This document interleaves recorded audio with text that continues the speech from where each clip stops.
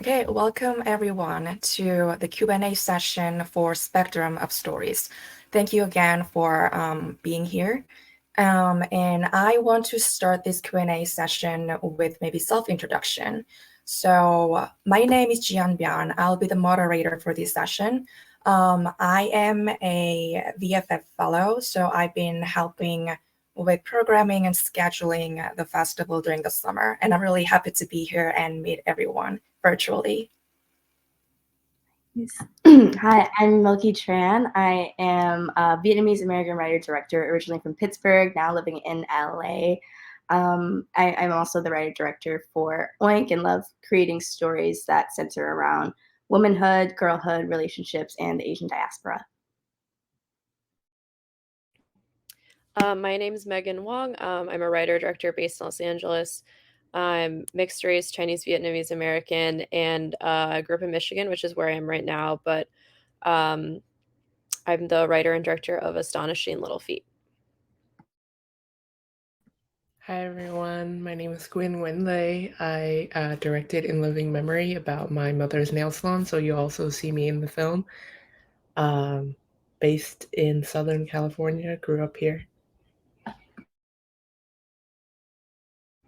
All right, thank you everyone. So I think we can begin with our very first question, which is for everyone. So what inspired you to make this film? Yeah, I can start with that. With Oink, I was selected to be a part of the DB Freeze Film LA Award with Endeavor Content and Ghetto Film School. So this was a short film that was created as part of a fellowship with a time cap of like 6 minutes and like 30 seconds. So like pretty short limitations. So what kind of inspired me was the seedling of the idea kind of came from a TikTok trend, to be honest. It was like this trend where a lot of European women were showing off their noses and then their nose jobs, and but also there was like a separate spin-off version of it where they were showing off like their very like traditionally European noses and their pride in that. And so that's made me start thinking about how something as small as like a nose is like a beauty standard, and trying to reflect that within like my identity and culture experience.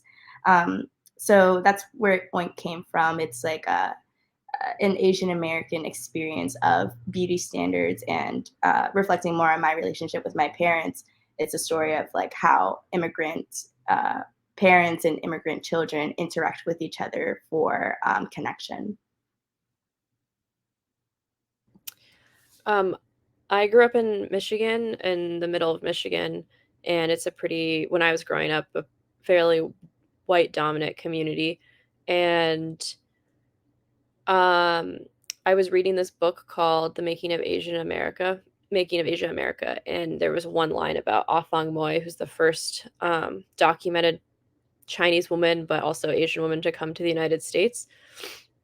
And it said that she was brought here in some kind of deal with her father by different merchants from the US to come and help them sell exports from China. And what they would do is they'd put her in a little box and like a stage box, and then they would have people come and look at her bound feet. And so when I read about that, it kind of created this historical connection for me, in that this is the first Asian woman that people in the United States saw, and she was extremely famous.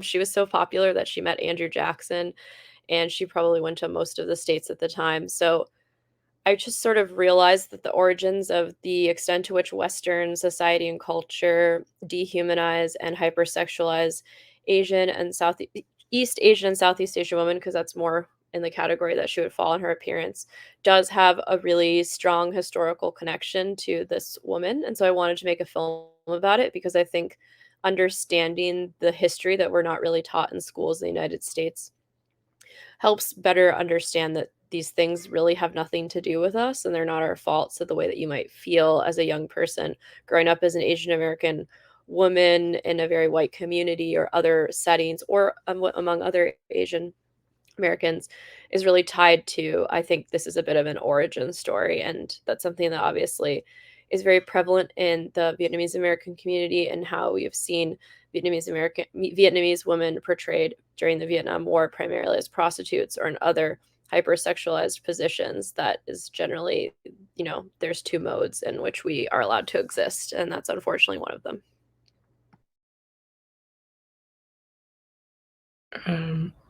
Yeah, I had always wanted to make a film about my mom's nail salon. I kind of it was, as you've seen in the film, it was named after me.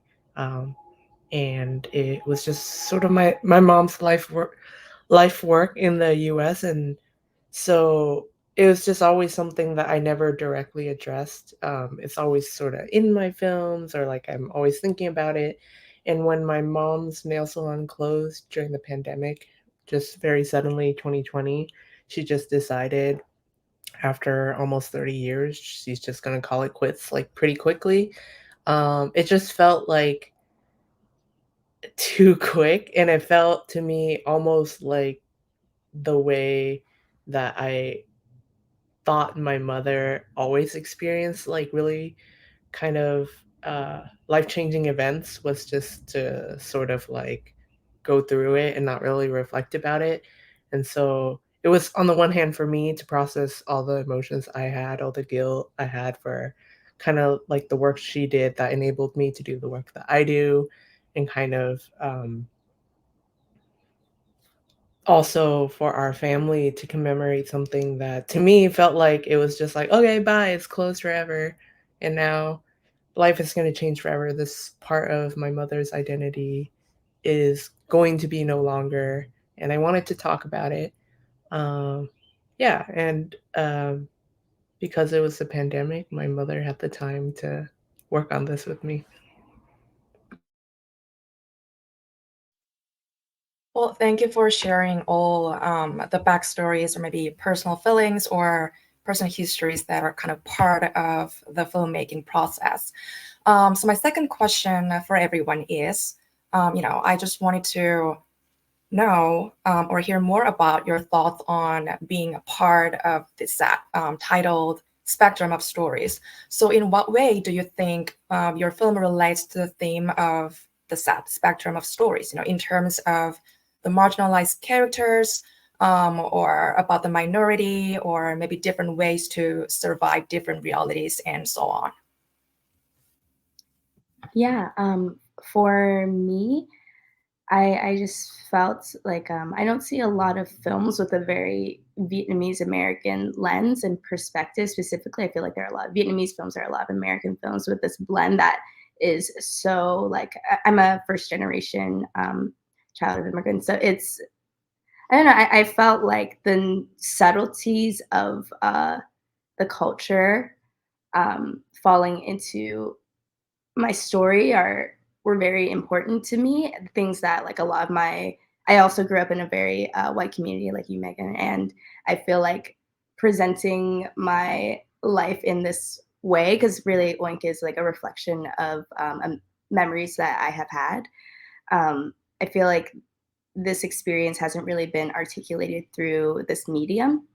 Um, so yeah, I think that it's newer, it feels fresher, and like I tried to make stories that display very simple everyday moments that affect us long term. And this isn't like a big story where like big crazy things happen or lots of drama. This is like the everyday things that like me as and I think a lot of other like young Vietnamese American women have struggled with, but we don't talk about because it's not as big of a deal. I think especially in like Asian culture, we're told to like suppress our emotions. We have trauma with like a lowercase t. It's not allowed to be like a capital T in a way, the things that hurt us. So I think I just wanted to highlight the smaller struggles that make us who we are and like a common experience for Asian American women. Yeah. Um, you can edit this part out. I'm just gonna read the question to myself again because I was listening to her answer. I kind of forgot what the question was because it was such a good answer. Um,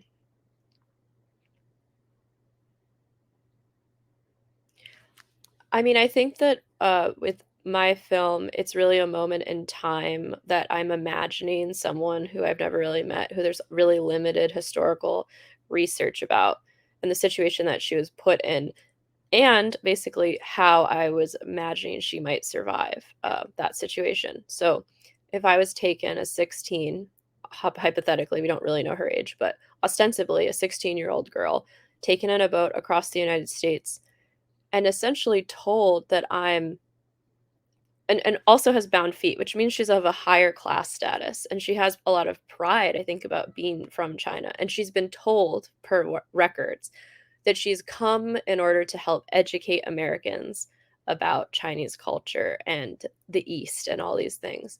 And then I think to be in that, to have a feeling of high esteem and regard, and then be put in a situation where people really just want to look at this thing that's very private and personal to you and a symbol of status. I mean, I really just wanted to show that, like, the moment of that unraveling, and also um how, the pride that she feels is part of a survival mechanism. It's like rationalizing why you are doing this and why you're there, which I think can sometimes echo in our community today, where there's instances where our own community can cause harm to other communities and not necessarily take responsibility for it. And that's also, a way that we do harm, which is why the character of Atong, who's the translator, who I also intentionally made sure didn't have an accent, because I really believe accents are completely unrelated to one's ability to learn a language fluently and are entirely related to one's ability to mimic sound. So there's like a lot of, sometimes you can't speak, you can be completely fluent and yet have an accent. Anyway, so, his character is actively harming someone in his own community, and that's just a survival mechanism that's very, unfortunately, very human, that we all often resort to in order to keep going.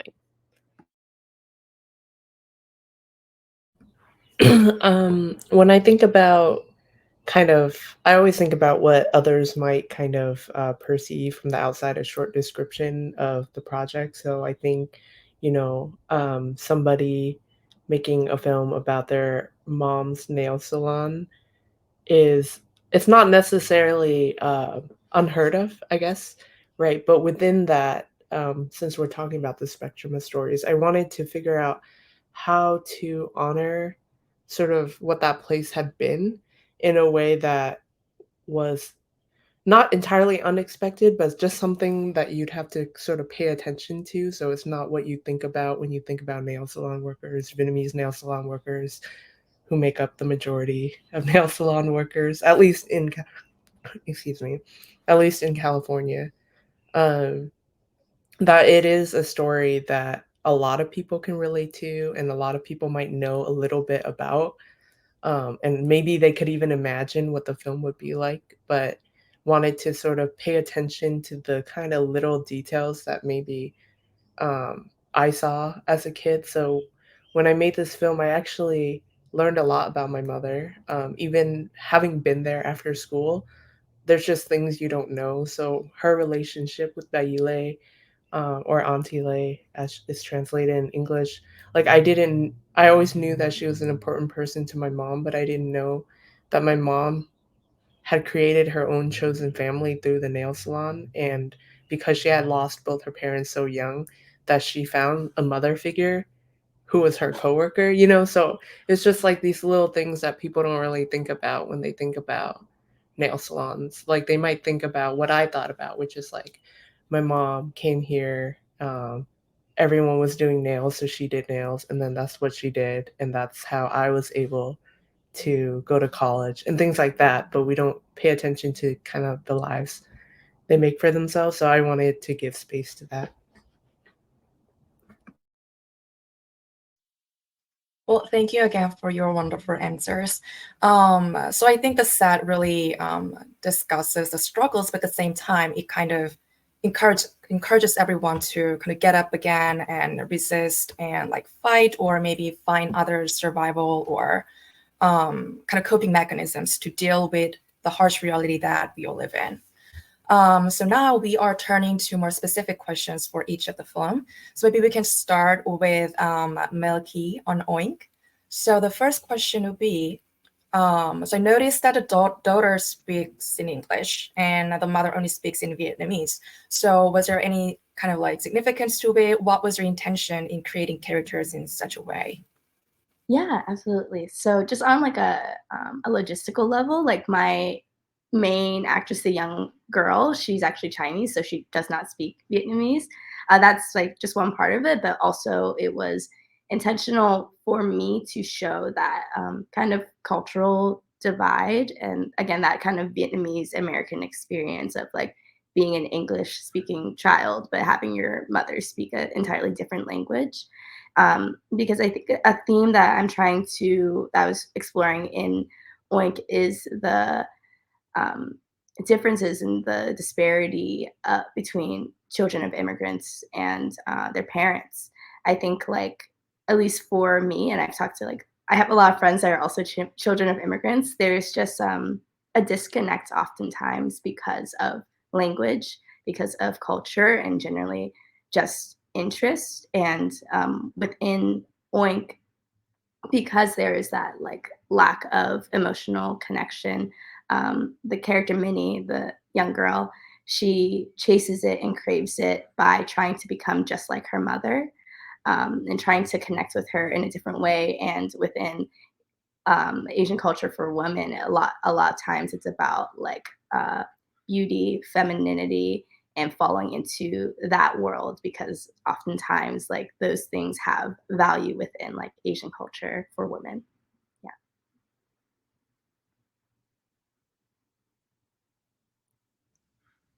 Thank you.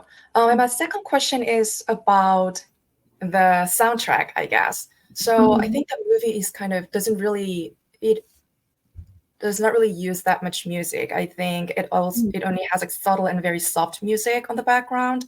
But in the end, when the ending credits kind of show, then there's Mhm. like this powerful vocal music playing Mhm. backside. Mhm. So I wanted to know more about your decision to maybe select the song and the relationship between the song itself and the message of the movie and whatnot.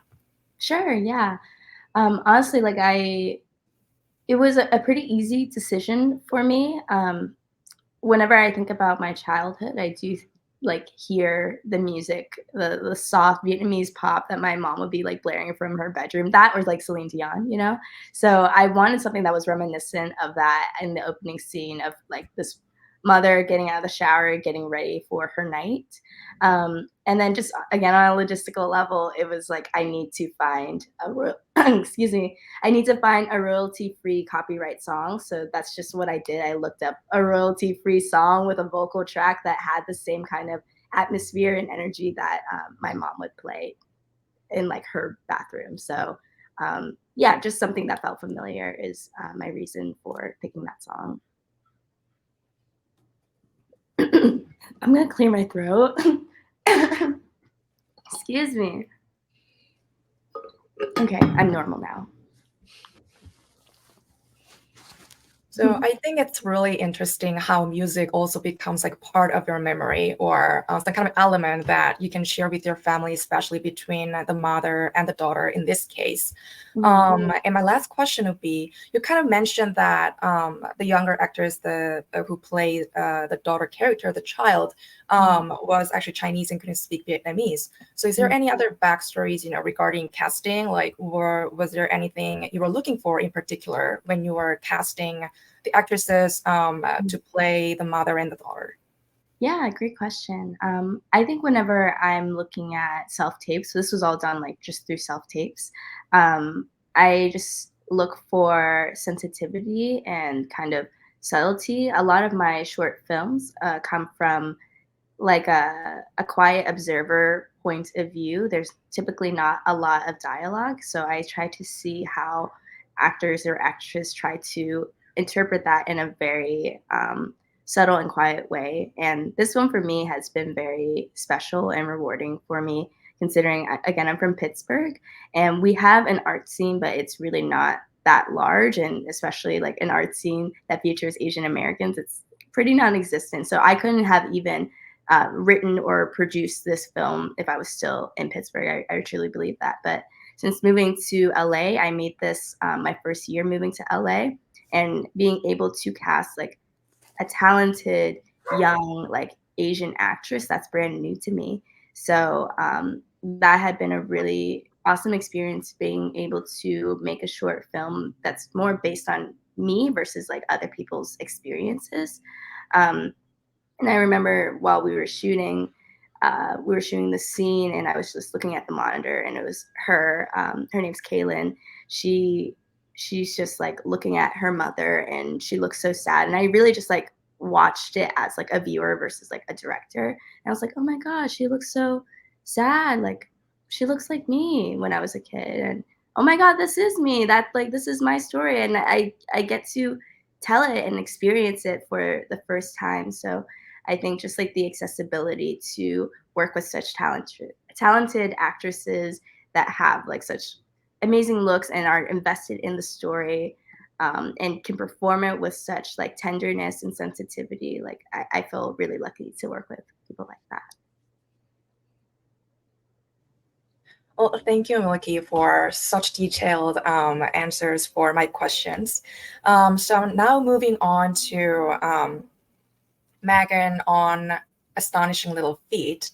So my first question would be, in terms of set design and costumes, what did you want to highlight the most? What did you want to focus the most?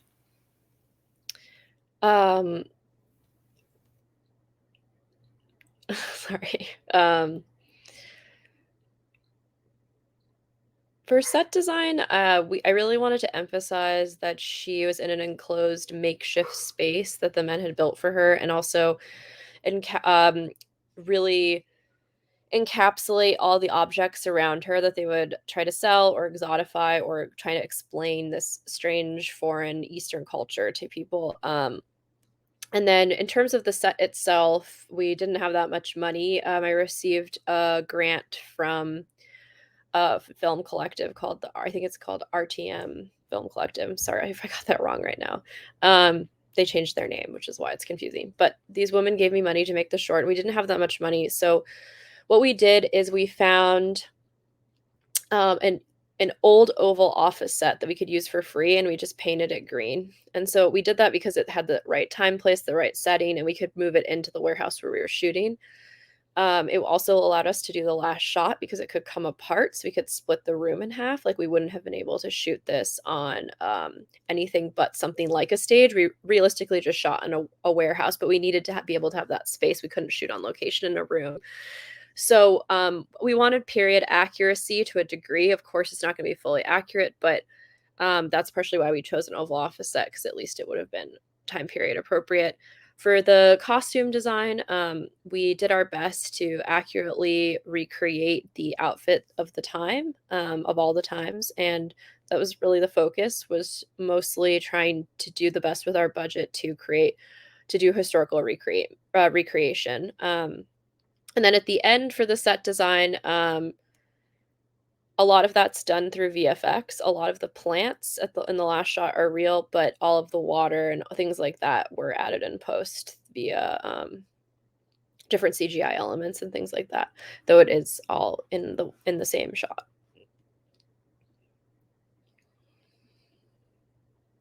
Well, thank you. So my second question would be, it's also kind of related to how to recreate like the historical event or historical incident. So how did you recreate the image of a bound foot? Or how did you want to kind of portray the image in the film? Like was this some kind of object modeled after something, or was it like the actual foot of someone, or? It's extremely hard to find someone with a bound foot anymore. Most of the women who had their feet bound, I believe, have passed away. I'm actually not sure if there's a single living woman who has a bound foot. So our makeup and special effects. Sorry, I'm gonna take a break. Kelly, sorry, keep bucking this up today. Meng, who was the department head for makeup and special effects on the film, actually carved that foot based off of different photographs, and we cast it into a prosthetic that we then put onto, we used in order to create the last shot where you actually see it. The other times we made shoes, and we basically there's some funny behind the scenes that one day maybe will go on the internet, which is just us puppeting legs, but no one's actually walking because you couldn't really walk on the feet. So it's just we're really trying to suggest it through editing. The reason I wanted to show the foot at all, even though I think it's an upsetting image, is that in my mind, I think people who watch this film, they know it's probably inappropriate, like as an audience member, it's inappropriate to want to see the foot, but I genuinely believe everyone wants to see it. And I think that's just part of being like a little nasty little human. And I think that the reason I wanted to show it is because I wanted the audience to, in some ways, align with the white men who are forcibly doing this to her. And then you get what you want. And do you feel good about it? I don't think people feel very good after watching this movie, which maybe is like, unlucky for the audience. But that was also the point. It's not supposed to feel good to watch someone be physically assaulted to do something that they want to do. And I would honestly, if people are really being true to themselves, I would guess most people in the audience want to see it. I think most of us are really voyeuristic.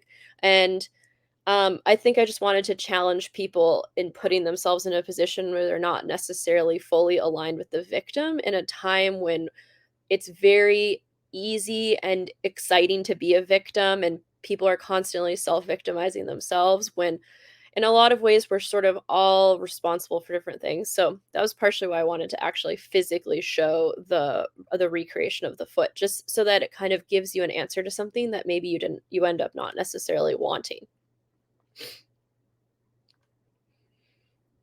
Well, thank you for explaining, like your thought process, or like why you kind of chose to actually show and kind of represent the food or the body parts of the Chinese woman character. My third and last question is also related to the previous question, so about the feet. So how did you come up with the title, Astonishing Little Feet? The title is pretty easy for me to come up with because it's taken from a real ad from 1830 from the 1830s, advertising coming to see Ah Fang Moi. So I believe the ad says something like, "Come and see the Chinese lady with the astonishing little feet." And so I had the film end with the men who are essentially hypothetically going to create this exhibit saying what the advertisement will be. And so the film ends with him saying astonishing little feet and begin. That is the title of the film, because that's what all the advertisements said in every newspaper. And that's what they were using her feet as a way to create a gimmick that carried on through almost all of the 1800s with different Chinese women who were brought to the United States. Eventually, later in the 1800s, P.T. Barnum brought different Chinese women to show their feet or to show their outfits, and it was just like part of a circus act. And this is when the circus act started, and that's how they advertised her, because it's like a curiosity.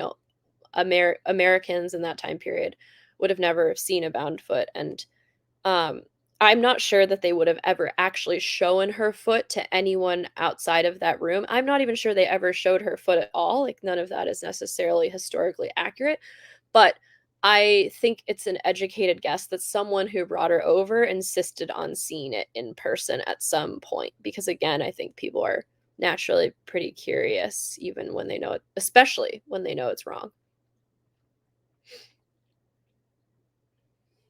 Well, thank you, Megan, for teasing out the filming process, and different ways to maybe recreate a historical incident. So my last set of questions would be toward Gwen, in living memory. And my first question would be, how, since the movie is about your mother closing her nail salon because of the COVID-19, because of the pandemic. So I wanted to know if the COVID-19, like how did it affect your process of filmmaking? and maybe your relationship with your mother? Loaded question. No, I'm just kidding. I mean, I'm not kidding, but I'll give a straightforward answer. Yeah, so um the film just took longer, partially because I didn't know what it was about. I think when we make films that are deeply personal, so this is my first film where I'm in it. Um it just you have a lot at stake personally and creatively, so it's like sort of hard to see what is it you really want from it. Um so part of it is that it took a long time, and part of that was for consideration um, for my mom's sort of respiratory issues, and also by Yule, who's older.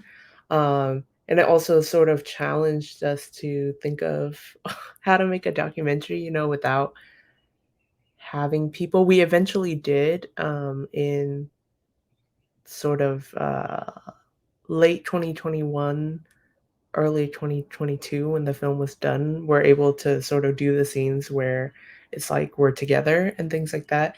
But that's where sort of recreations and things came in. It sort of challenged the mixed media parts of the film, and a lot of yeah. I think the time helped, and was and your other question was my relationship with my mom. I think, as with most adults, we have kind of varying relationships with our mom. I grew up sort of guilty. I always felt sort of guilty about the kind of work that I felt at the time was for me and my siblings. And I think that's also a little like too focused on us and not so much on my mom, and how she also saw the salon as her own kind of way of living in the world, and kind of give more power to what she was doing. It was not only a sacrifice for herself, but I think with time, we sort of see these sorts of things. Um, but I think involving my mother in my filmmaking was a way for us to not only do a project together and me to learn more about her own, uh, like her life in a way that I didn't really understand as a kid. Now that I'm also older, but it is just a way for us to show to each other that we want to be in each other's lives. Um, I think it's, like, meaningful. People always go, "You and your mom are so close," and I think it's really nice to hear that, because I think a lot of people think their relationships with their family members are sort of set, but it changes over time. Thank you. I feel like all of my questions are kind of related to like you as a filmmaker making a movie about your mother. So I also wonder what your experience was like interviewing your own mother. Like, do you have any other experiences of interviewing different people? Did you feel, I don't know, was there anything challenging because you're like so close to your mother? Or maybe was it a good thing, to interview your own mother, your own family member, and creating a movie about it? Yeah, well, I always say my mom sort of talks in like ellipses, like she'll like say something but just go dot dot dot and not really finish what she says, because I think she's used to people either catching her drift or maybe sadly not caring about the rest of the sentence. Um and over the years I've gotten better at Vietnamese, so I think I just understand more about, even from the first attempt at interviewing my mom, I listened back to it and I'm like, "Oh, that's grammatically incorrect what I said." But I try not to be too precious about it. And so for those fluent in Vietnamese who hear my voice in the film, just know I know it's grammatically incorrect, but I decided to just let it be. um, it's it's when you know somebody non-verbally, that you sort of can pick up on different things. So a lot of doc films, I think, rely on people to be really articulate about their experience. Like, it's like, how do you feel? And then they say how they feel. And it's like a little sound bite that people can use to make films. But when you talk to people who maybe are not used to being asked how they felt or minimize how they feel, it's like, how do you represent how they feel if they won't say it? And I think that was a challenge for me. It's in the film, when I was like, "Are you sad?" And my mom's like, "Yeah, sure. Of course it's sad." And then that's it, right? That she just says it like that. So I think part of the creative choice was to show those moments uh, where when she is being interviewed, she just says what she says, right? And then to build the context around it so that maybe the audience can see a little bit of what I see because it feels so personal to like understand somebody over time versus an audience who probably had just met her. Thank you, Gwen. So my last question is actually about maybe your mother's response after telling her that you're going to make a film about her and her nail salon. Or did you watch the final like edited version together? If so, what was your mother's reaction after watching it? Yeah, so this project actually started as like a experimental film a couple years ago, and then I got really self-conscious about it and I shelved it for years. And this is before I knew the salon was going to close. I just wanted to make a film with my mom about her salon, and it was like all these sort of like funny, not funny, but reenactments. I had her like perform stuff. And I just couldn't figure out how to put it together because emotionally, it just didn't feel genuine. Like I was like, there's something I'm trying to get from my mom and I don't know what it is. But through that process, I think my mom understood more about filmmaking and what it meant. I always share a story about how I was filming her doing a manicure and I asked her to skip ahead. And then she refused because she was like, well, everyone's going to think I suck because I'm like skipping all the steps, right? Like she wanted to show that she's like a careful manicurist. And it made me realize, of course, like she didn't get like editing or like implication, like of but as I made her do things over and over for the experimental film, I think she understood um kind of like maybe the process. And so when I wanted to do the documentary film, I think there was more of an ease, I guess, around like filmmaking. Um but also she used me maybe. It's not in the film, but I filmed. So she had actually already given the keys back to the landlord when I found out that the salon was closed. So I like was like, can you please ask for the key back? And we'll just go in and we'll take your belongings. Cause she left most of the stuff in there. Like she didn't even clean it out. And I was like, we'll just take a couple of souvenirs. I'll interview you in there. And she like called and on the phone, she's like, haha, yeah, we're so sad about it. Can we please have the keys back? And I think in a way, because I was emotional about it, it allowed my mom to like use me as a way to kind of look back into the film. And then your last sort of question about showing her watching the film. At one point, I had an idea that I was like, what if I show her a cut of the film and then I film her watching it and I put that in the final film? So there's like a lot of ideas because I was really like trying to figure out what to do. But just logistically, I showed her maybe a cut before we put sound in it.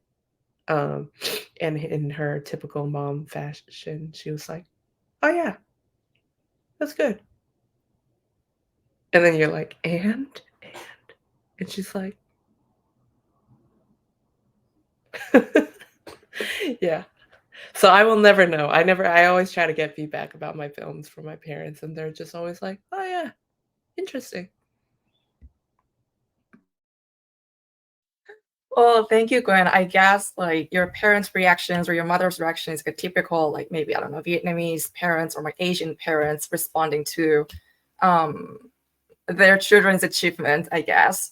Um, thank you, Gwen, again for sharing your story and also telling us more about the film in living memory. So I would like to maybe wrap up this session with a more open-ended question to everyone.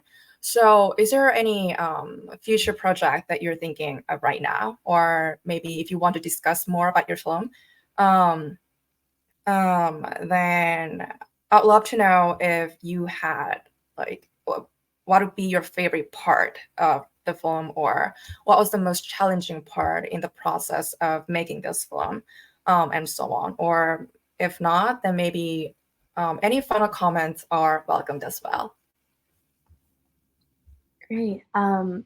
Just to answer your second question first, of like the most rewarding and challenging parts of making this film, I would say the most rewarding definitely was just sharing it with people.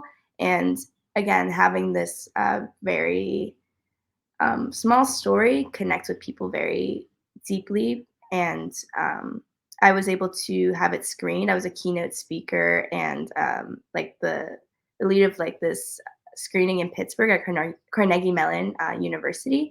And it was Asian made films.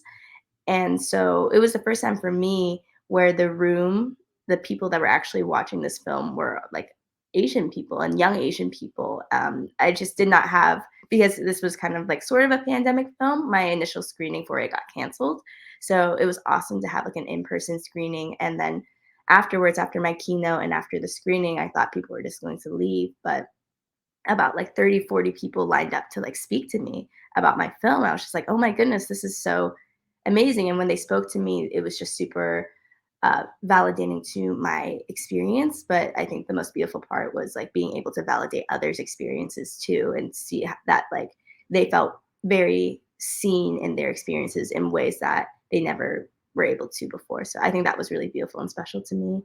And the most challenging part, this was my first film in LA since like first film post college, but also first film in LA. So it was really like finding my community and like kind of rallying people to be a part of this project. Again, it was a part of a fellowship, but the fellowship only gave me like $650, which is not a lot of money to make a short film. Yeah, it was definitely it was a challenge, but overall, I'm happy like the way this had unfolded as my first film in LA. And then regarding my future projects, I had just released a micro short called Red Hot. It's a silent, micro budget short film following a summer romance and the beauty of like falling in love during the summertime.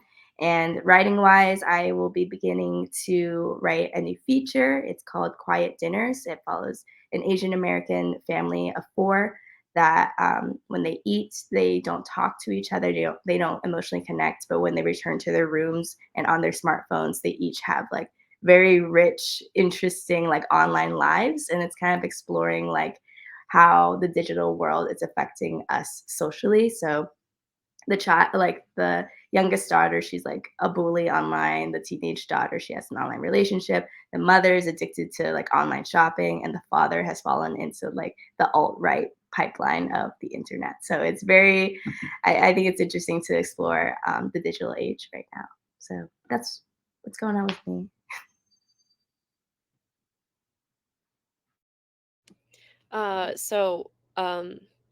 I'm going to reiterate what Milky was saying, which is that it is really wonderful when people connect with your movie, and that's generally one of the nicest things about it. I've had a lot of different, specifically Asian American women, uh, who I think this film means something to them, and that's really nice to hear. And I made it for us, so it's good that it connected with them.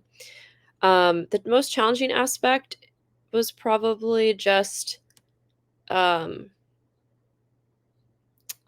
I mean, even though the film has nothing to do with me in that it's not about my life, it's not about my personal experience, the film was very personal to me because of my own life experience. And that made the pressure, I think, of making it sometimes really hard, because I really wanted to make sure that the edit and everything, and that it got seen in a way where I was really doing justice not only to this woman who existed, but just to the way that I felt, and that's always really difficult. So I found post to be difficult, just because I think I had a lot of pressure on myself, editing the movie and things like that. But I'm glad that it's over. So, future projects I want to share. I am developing a version of this into a feature film. It's quite different from this movie. It's not really a biopic. And it would have a present day storyline connected to the past to more directly draw how I think history impacts us today. I also wrote on The Sympathizer, which is coming out next year. And I wrote a movie for Panos Cosmatos, which will hopefully go into production next year with A24. I have a show in development with A24, and different music videos and stuff that will probably come out in the next year or so. Dang, Megan, work. Yeah, I mean, I want to reiterate what everyone was saying about sharing films, and that's what makes it so special to be at festivals like Viet Film Fest. Um, Especially with this film, like, my family members sometimes go to my other film screenings, but this one was really great because it premiered at the LA Asian Film Festival and on Mother's Day, and they decided to make it free. So literally, my whole entire extended family, it was like 50 people came, and yeah, it's one thing to sort of share your film with strangers, but it's another to have your family be really excited to come see it. And I'm really excited to share it at Viet Film Fest because I think that's where maybe more people would have a personal experience that relates to it. Um, I don't know if there, the whole. I don't know if I want to say anything else about it being challenging other than it's really hard to make stuff about yourself, or about people you know really well because you never feel like the thing represents all of them. And so I always say this is probably one of many expressions of my relationship with my mother. And even about her nail salon, it'll probably appear in future works as it did in past works. Um, and I am, in terms of future projects, I'm just very deep into documentary filmmaking now. I didn't start out as a documentary filmmaker, but I think there's something about finding out even my own mom's relationship with other people that I didn't know about made me really adamantly both curious and kind of like, I don't know, gung ho about how everyone has deep stories that they sort of hold tight to them, and how if we pay attention to people, uh, I don't know, we could all understand each other a lot more. So I'm really kind of knee deep in documentaries about people and their past lives. And yeah, that's very general, but I'm making a lot of documentaries.